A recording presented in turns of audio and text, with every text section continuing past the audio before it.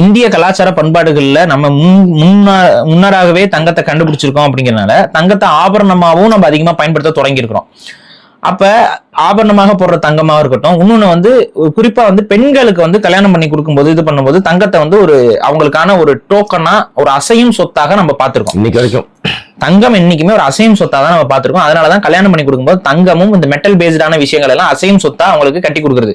நாளை பின்ன வந்து பாத்தீங்கன்னா அவங்களுக்கு ஏதாவது ஒரு அவங்க குடும்பத்துல கஷ்டம்னா அந்த தங்கத்தை வச்சு அவங்க வந்து வாழ்வாதாரத்தை தாம்பாளத்தை வச்சு வாழ்ந்துக்கலாங்கிற ஒரு அடிப்படையில தான் பண்றது.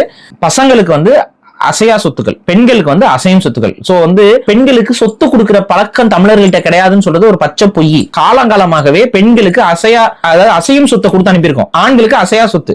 இதுக்கு பின்னாடி இருக்க ஒரு கான்செப்ட் நீங்க புரிஞ்சுக்கிட்டீங்கன்னாவே எவ்வளவு தமிழர்கள் ரொம்ப யோசிச்சிருக்காங்கன்னு புரியும். பெண்கள் கல்யாணம் பண்ணிட்டு எங்க போறாங்க? கணவரோட வீட்டுக்கு போயிடுறாங்க. அப்ப கணவரோட வீட்டுக்கு இவங்க நிலமா எடுத்துட்டு போறாங்கன்னு வைங்க, அந்த கணவர் வேற ஊருக்காரரா இருப்பாரா? வேற ஊருக்காரர் இந்த ஊருக்கு வந்து வியாபாரம் பண்ண விவசாயம் பண்ண முடியாது. அன்னைக்கு விவசாய சமூகம் தானே எல்லாம். அப்ப வேற ஊருக்கு ஒரு விவசாய சமூகத்தை சார்ந்த ஒரு பெண்ணை கல்யாணம் பண்ணி கொடுத்துக்கும் போது வெளியூர்காரரா இருக்கிற அந்த கணவன் வந்து இங்க வந்து வேலை செய்ய முடியாது. நீங்க எல்லாம் கேட்கலாம், ஏன் உள்ளூர்லயே கல்யாணம் பண்ணி கொடுக்கலான்னு. அப்பதான் பயாலஜியும் உள்ள சயின்ஸ்ல வருது. உள்ளூர்லயே கல்யாணம் பண்ணி கலந்தீங்கன்னா இன்பிரீடா மாறிட்டு கடைசியில தமிழ் சமூகமாக இருந்திருக்காது. சோ அதையும் புரிஞ்சுக்கணும். அப்ப தமிழ் சமூகம் மிகவும் தெளிவாக பெண்கள் தூரமாக திருமணம் செய்து போகணும், ஆண்கள் நிலை பெற்று ஒரு இடத்துல வாழணும்.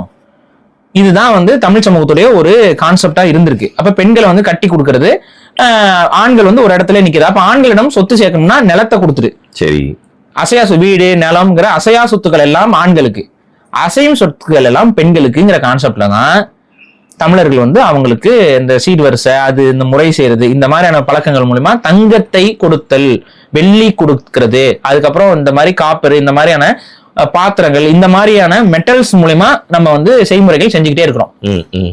சோ இதையும் கொஞ்சம் தெரிஞ்சு வச்சுக்கோங்க. ஏன்னா நிறைய பேர் என்ன நினைக்கிறாங்கன்னா வந்துட்டு லேண்ட் வந்து ஏன் தமிழ்நாட்டுல வந்து அப்படி கொடுக்கறது இல்ல, தமிழர்கள் வந்து கொடுக்கறது இல்ல அப்படின்னா அதுக்கு பின்னாடி காரணம் இருக்கு. ஏன்னா விவசாயத்தை பின்புலமா கொண்ட சமூகம் வேற ஒருத்தர் வேற ஒரு ஊர்ல வந்து விவசாயம் பண்ண முடியாது. அப்ப அவங்க ஊர்ல இருக்க சொத்தை யாரு பாப்பா?